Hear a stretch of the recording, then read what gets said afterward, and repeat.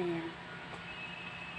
So, for today's video is I'm gonna continue my project here. Ayan, dito sa aking pinaka sala. And I want to put some floating shelves that I make over. And this one came from our old pantry. So, I put some adhesive wallpaper like rice here dito sa aming main door, and hindi siya makuha dahil na napaka hiwanag dun sa aming pinaka main door, but that's it.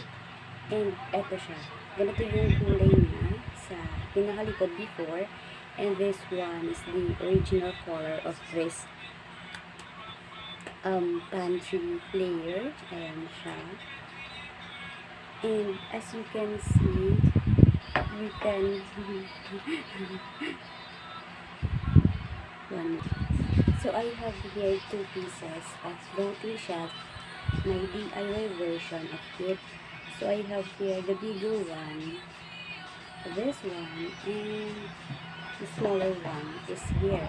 So I'm gonna put it there later, but first I'm gonna show you something.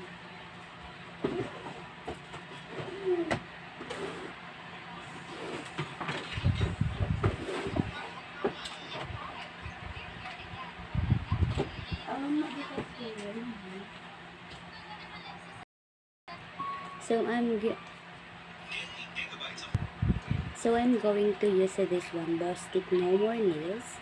Ayan siya.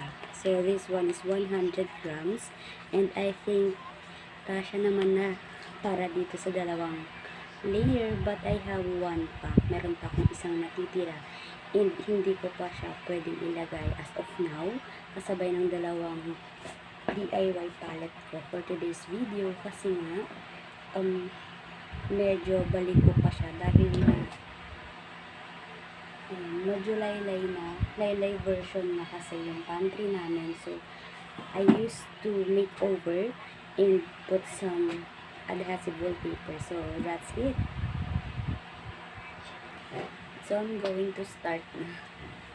Ayan. So dito ko lalagay.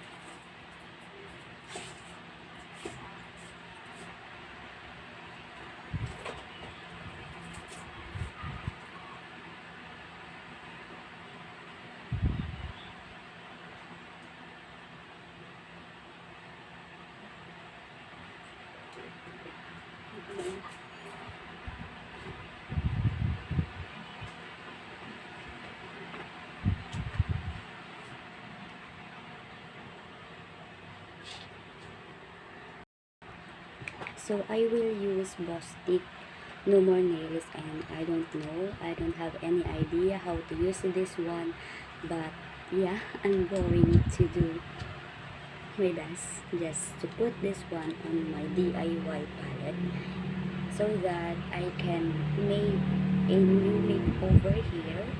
So I think I'm gonna show you after na lang kasi parang mahirap ko siyang idikit because it has instruction over here, and I think that hindi ko siya magagawa ng mabilisan, maya-apply ng mabilisan. So I'm gonna show you when ang